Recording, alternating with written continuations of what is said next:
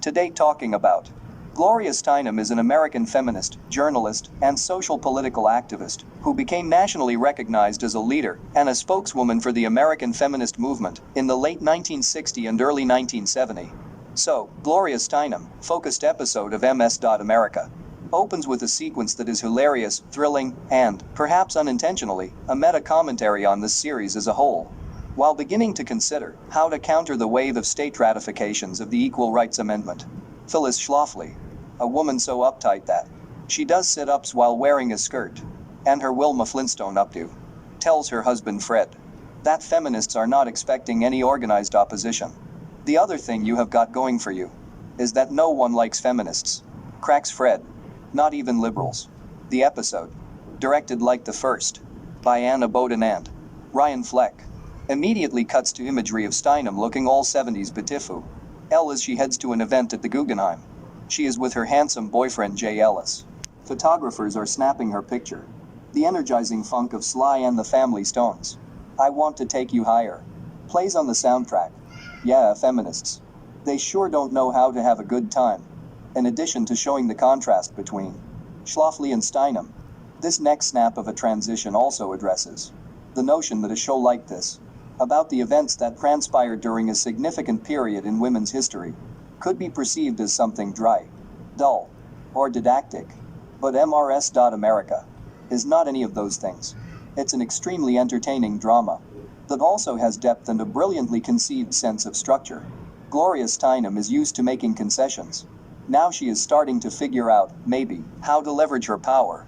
To put it another way, she agrees to provide the bread, but she demands that Bella pony up the jam. Next up is, for those still waiting. They are growing frustrated as their bills pile up, and they wonder what's the hold-up.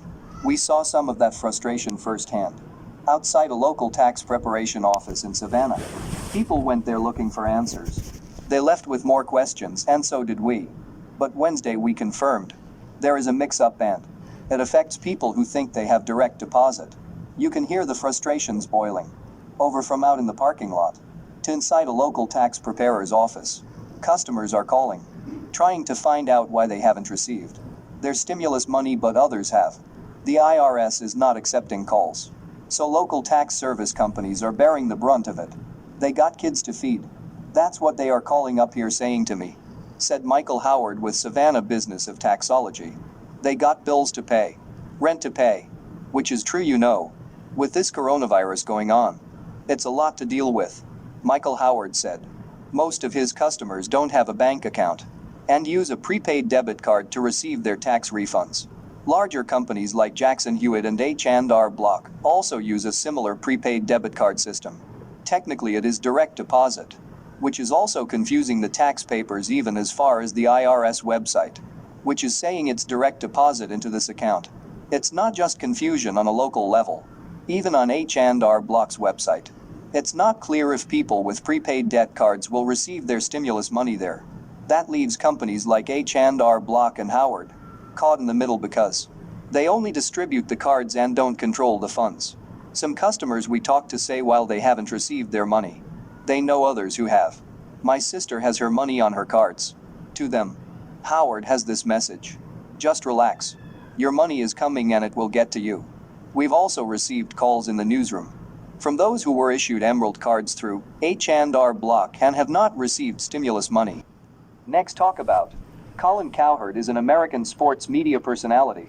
Cowherd began his broadcasting career as sports director of Las Vegas television station KVBC and as a sports anchor on several other stations. So, Cleveland Browns star wide receiver Odell Beckham Jr. wants to leave amid the trade chatter involving him and the Minnesota Vikings. On his show, The Herd, Cowherd revealed that a reliable source told him Beckham wants out of the Browns, who acquired the popular wideout via trade in March 2019. The host also noted that the Vikings, who have been linked with Beckham, are a good fit in OBJ's eyes. According to recent rumors, the Vikings are ready to give up a second and fifth round pick in next year's draft for the star receiver. Browns fans deemed the trade package odd and unfair given Beckham's caliber. Nevertheless, Vikings supporters entertained the possibility of a lethal wide receiver combo between OBJ and Adam Thielen. given Kirk Cousins' strong arm. A strong receiving core will bolster Minnesota title chances next season. However, the trade chatter has been dismissed as false and fake news. Next is Teddy Malenkamperoyev says that fans don't know what they're in for on the new season of Real Housewives of Beverly Hills.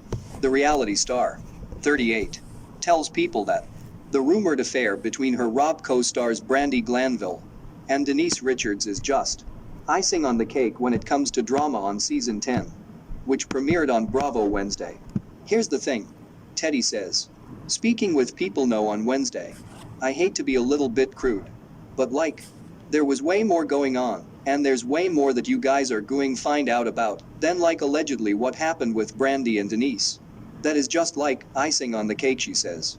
Teddy says, I think that whenever something plays out in the press, and whenever two sides are both putting things in the press before the show actually comes out, it's because they want the audience to feel a certain way going into watching the show. Back in January, Denise publicist told People that the rumors that she and Brandi had hooked up were false. A source added to People at the time, what really happened with Brandi and Denise will play out on the season. There is a lot of she said going on. But it's going to be very dramatic. The source also confirmed that Denise didn't attend the Rob finale party in December, but said filming had been complete for a few weeks. Next, for USA citizens, U.S. Corporation on Tuesday said it carved out nearly $1 billion in reserves for the first quarter, more than twice the usual amount, to cover potential defaults from the economic shock brought on the COVID-19 pandemic.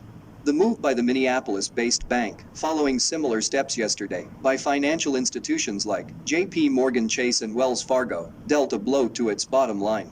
US.Bank posted net income of $1.17 billion, or 72 cents per share, down from $1.69 billion, or $1 per share, in the same period a year ago.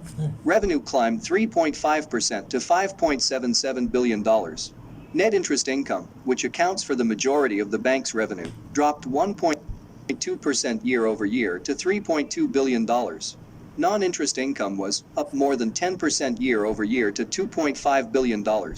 Shares of US.Bank Corporation were down 7% to $33 in morning trading.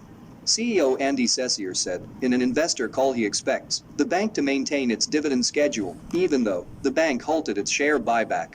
Andy Cessier said, even if the economic downturn persisted through most of the year, we believe we can maintain our dividend. The bank maintained a relatively optimistic view overall. The economic fallout from the COVID-19 pandemic is causing financial hardship to many in this country, Cessier said in a statement. Our capital and liquidity positions are strong, and we stand ready to help businesses access programs like the Paycheck Protection Program and Main Street Lending Program. US.Bank is the sixth largest public company, headquartered in Minnesota, with roughly $26 billion in revenue. Overall, the bank has roughly 73,000 employees company-wide, and roughly 14,000 in Minnesota.